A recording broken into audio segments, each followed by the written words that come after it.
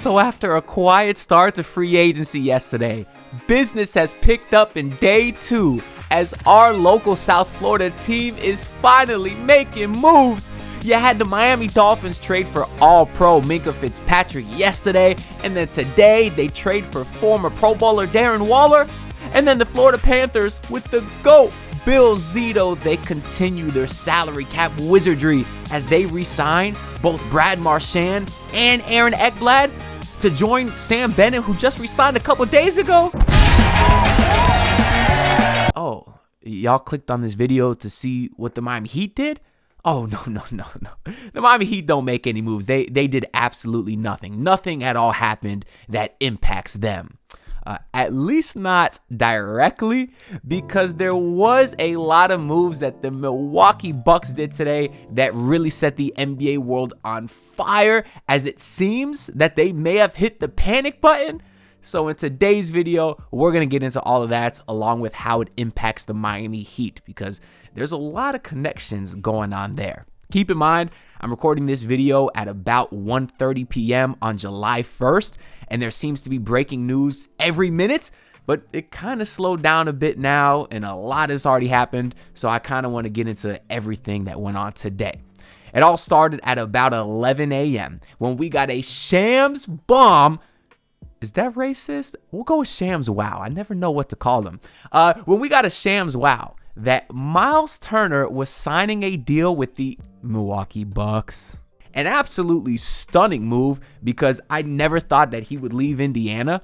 I mean, just yesterday, we talked about the Heat's situation going into free agency. We looked at a list of all the free agents, and I just skipped over Miles Turner because I literally said in that video, there's no way that he would leave Indiana. But here we are, less than 24 hours later. He's a Milwaukee Buck on a 4-year, $107 million deal, which is only about $26 to $27 million a year, which I think is great value for the Bucks. I mean, Miles Turner is still going to be getting paid less than a lot of starting centers. That's not a lot of money for someone of his caliber. So immediately I was thinking that, hey, maybe Miles just didn't want to go back to Indiana. But that wasn't the case. The reports came out that he actually did want to go back, but the Pacers refused to offer more than a 3-year deal of about $20 million a year. Apparently, they were worried about going into the luxury tax and passing the first apron because they're a team that never does that. But that's stupid. You just made the finals. Now is not the time to sell. I saw Brian Windhorst say this on ESPN, and I completely agree. He said that if he was Siakam or if he was Halliburton, he would be absolutely pissed. How do you just make the finals? I know Miles Turner didn't play a lot in the finals, or especially Game 7, but he was a key component during that entire finals run. He's had a really great last couple of seasons there. And it's funny to think about that he was one of the main trade rumor guys for the last 5 or 6 years, and he never got traded. He stuck it out and was on a key component to a team that just, was one game away from the NBA Finals. And now he leaves in free agency after all that because the Pacers didn't want to retain him. They didn't want to pay him to stay. And now not only does he leave, but he goes to another team in the division that you guys just played in the playoffs. Oh, what a stupid, cheap move from the Pacers to not retain Miles Turner. I don't get that at all. Hey, it's me, Pat Riley. And I've woken up from my slumber because I realized you didn't like the video and subscribe yet. So make sure to do that for me so I can get some rest. Thank you. Now, for the Bucks side of things, I think it was a great pickup. They just lost Brook Lopez to the Clippers, a.k.a. the Los Angeles retirement home. I don't know what the hell that team is doing. But obviously, Miles Turner is a similar type of player in terms of a floor spacer that can also provide some nice size inside. And he's a lot younger than Brook Lopez. So from that aspect of things, I think it's a great pickup for the Bucks. Is it enough to convince Giannis to stay? Maybe, maybe not. But pretty much every move the Bucks make, in theory, their goal is to convince Giannis to stay. But I don't know if that'll be the case because every other move they've made this offseason has kind of been blah. I mean, they're basically just bringing back everybody outside of Brook Lopez. They re-signed Kevin Porter Jr. already. Decent player, terrible human being. They re-signed Taurean Prince, whatever. They resigned Bobby Portis, who I do like. He's the one guy I kind of wish the Heat maybe could have got in. They also resigned Gary Trent Jr. on a cheaper contract. So it's like their whole plan was, we promised Giannis that we're going to make our roster better. Also, the Milwaukee Bucks re-sign everyone that was there last year. After the Miles Turner trade, really the only different thing they did is they signed Gary Harris. These are a bunch of nothing moves. And then they did have another trade that just completely stupid to me. They also traded Pat Conetan and 2 second-round picks for to the Charlotte Hornets for Micic. Why the hell would the Bucks do this? I don't know. Both Micic and Conetan, they basically have the same contract. They're both expiring deals. The only thing the Bucks do in this trade is shed about $1 million because that's how much more Conetan is getting paid than Micic. So maybe they needed to do this in order to clear up more cap space for Miles Turner.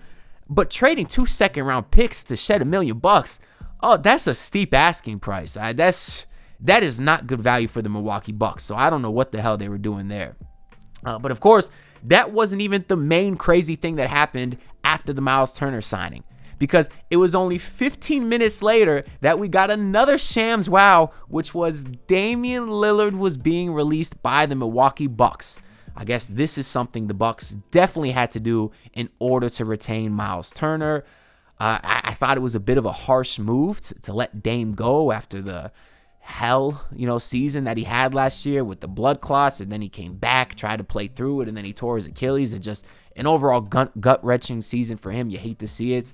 I know Mark J. Spears tweeted out that we shouldn't feel bad for Dame. Sort of a win-win situation since now he gets his money and he gets to become an unrestricted free agent to go wherever he wants to go. I don't necessarily agree with that because Mark mentions that Dame would have opted out of his player option next year too. I don't think so. It would have been about $50 million. I could have seen Dame taking that, especially now that he got injured. But I guess right now, in this situation, he didn't know he was going to get waived. But now that he is waived and stretched, he still gets all that extension money just over the course of 5 years instead of the 2 years that his original extension was. Plus, of course, like Mark mentions, he is a free agent, so he can sign somewhere else and then continue to stack on more money on top of that. I also did see a Sam Amick article that says, that his sources told him that Dame is happy with the situation because now he can sign with a contender of his choosing. So I suppose Dame is happy, so I'm glad it ended up all working out for him. As far as Giannis, a lot of people initially saw this and said, Giannis definitely isn't leaving now because now he's happy. I didn't really see it that way. I mean, yeah, Miles Turner was a good pickup. It's the only pickup that the Bucks did.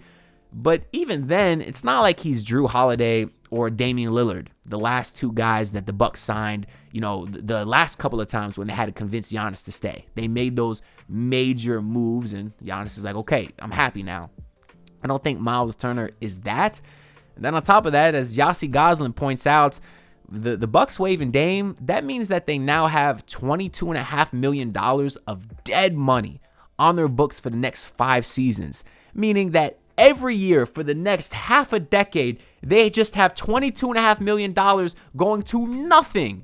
That's clearly very, very bad when you talk about the future of building your team. That's just a terrible thing to have. I mean, from a Heat perspective, I remember how much it hurt when we stretched Ryan Anderson.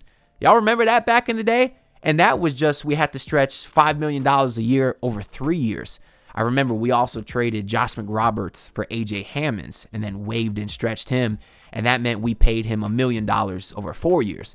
But these are small amounts of money compared to the $22.5 million of dead money the Bucks are going to have for 5 years. That's just insane. So I couldn't see why Giannis would be thrilled knowing that. And then, sure enough, it was about 20 minutes after Dame was waived, Chris Haynes came out with a report that said this: Milwaukee Bucks star Giannis Antetokounmpo is not pleased with the team's decision to waive Damian Lillard. And that is the one that got everybody going crazy.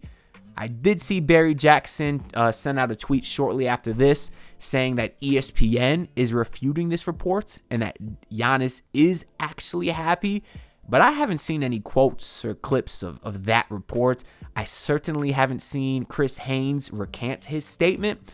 So I don't know who to believe, because Haynes is a very reputable reporter. He's also Dame's close friend, which kind of makes this whole thing weird. Is he trying to save face for Dame, saying that, oh yeah, my friend Dame, Giannis is not happy, he's waived? Because that would be just kind of a weird situation.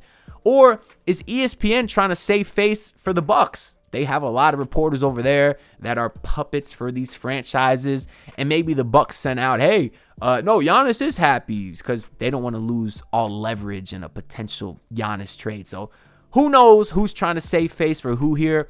We'll just have to wait and see how the Giannis stuff plays out. Barry Jackson did note that the Heat are not actively pursuing DeMar DeRozan or Jonathan Kuminga as a right this second. And I suppose that's because, as we heard yesterday, the Heat are still holding all their chips for Giannis.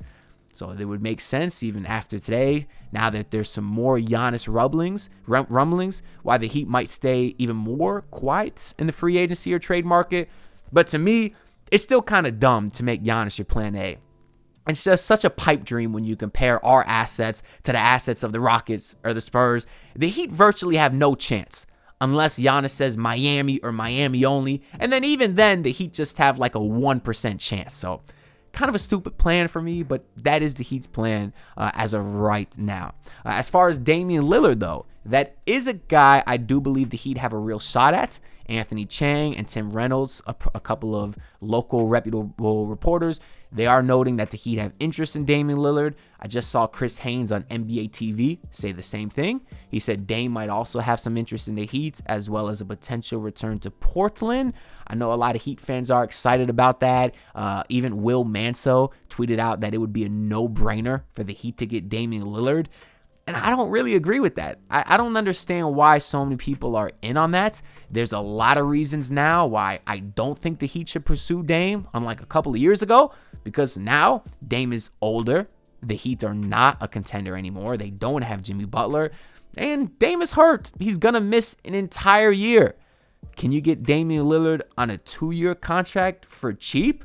And then maybe you'd have Dame on a good value contract a year from now when he's healthy? Maybe. And maybe at that point, the Heat are in a more competitive spot. Maybe we're able to trade for another nice player by then, or use some of our cap space in 2026 to get a pretty decent player, and then you bring them in. You bring another first-round pick in next year. You bring in Damian Lillard, and now you have a team that can maybe make some noise in the East a year from now.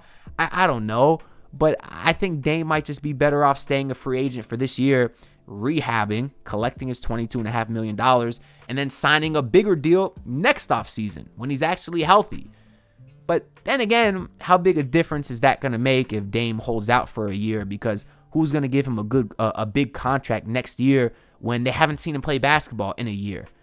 So if that's the logic, I could see him saying, hey, let me just sign a 2-year deal right now. That way I could rehab with whatever team I end up signing with. So I could see it going either way, truthfully. Either way, though, Dame does get paid. He's going to get his money whether he signs with someone else or not. So that's where things stand for the Miami Heat today. Nothing changed since yesterday. Still got one roster spot open. Still got $14 million under the luxury tax. They're still actively shopping Andrew Wiggins and Terry Rozier. And, of course, they have to decide what they want to do with Duncan Robinson, whether that's re-sign him or find a sign and trade for him to go elsewhere. Or maybe he just leaves on his own. I don't know. But that's really all we got to say for the Miami Heat right now. Make sure y'all like the video and subscribe because your support is greatly appreciated. Comment down below if you want the Heat to actively pursue Damian Lillard.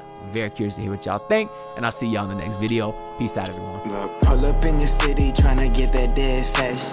Do it on my own, I don't need no dead weight. Had to kill him off, yeah, I need a head space. You know this homegrown bitch don't offend me.